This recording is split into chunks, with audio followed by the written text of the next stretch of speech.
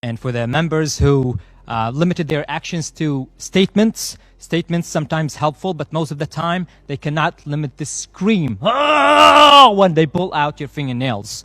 You need to take actions. And for the member states who helped the Assad regime kill its own people, like the Russians and the Chinese, the Iranians if they were here, and the disappointing statement from the Indians, I will tell you, let's assume your scenario that the Syrian regime is fighting terrorism and that you're helping the Syrian regime in fighting terrorism. Let's assume that.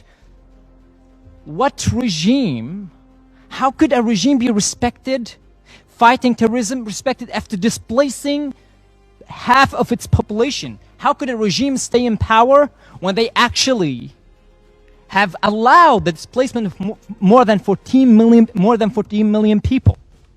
How could they be still in power when they detained me and there's proof that I was detained and tortured and my fingernails were pulled out? There's proof. Give me, I challenge you to get proof from the Assad regime showing that I did any crime. I challenge you to prove that I did any crime when I was detained as a minor, as a child. And so many people, survivors, try to tell their stories. When you tell your story, you risk your life. So many countries have taken these refugees in, but they failed to provide them with the protection. I was called by the intelligence services. I was called by the guard who tortured me for 1 year, 9 months in Syrian prisons, and he threatened me on the phone. And when I talked to the police, I had an answer saying, take care, be careful. That's not enough. I learned that from the war, from years in the war. I know I should be careful. So that's not enough. We need more help. Same people have fought for so long time. It's just tiresome to see fewer and fewer helping us. So I want to encourage you to take a step. The first step could be just talk to this survivor. Don't listen to them on the phone. Come and shake their hands. Talk to them. Be present. Be close. That's how you take responsibility. And responding to the sovereignty of the Syrian regime,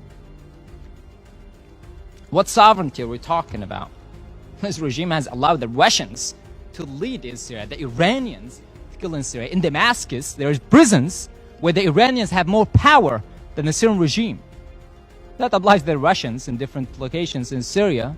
What sovereignty are we talking about? Again, I want to be grateful for the countries that gave me an opportunity to survive.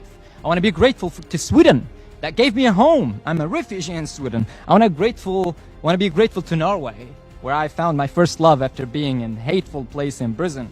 And I also want to be grateful to the US, to Georgetown, where it's my new home, my new place, my new school. The world, despite all pain, despite all darkness, has hope. And I live for hope. I eat on this hope. I see that we have potential. If I survived 3 years of torture on a daily basis, starvation, and psychological torture every day, you can change. You can take actions. Thank you, Mr. President.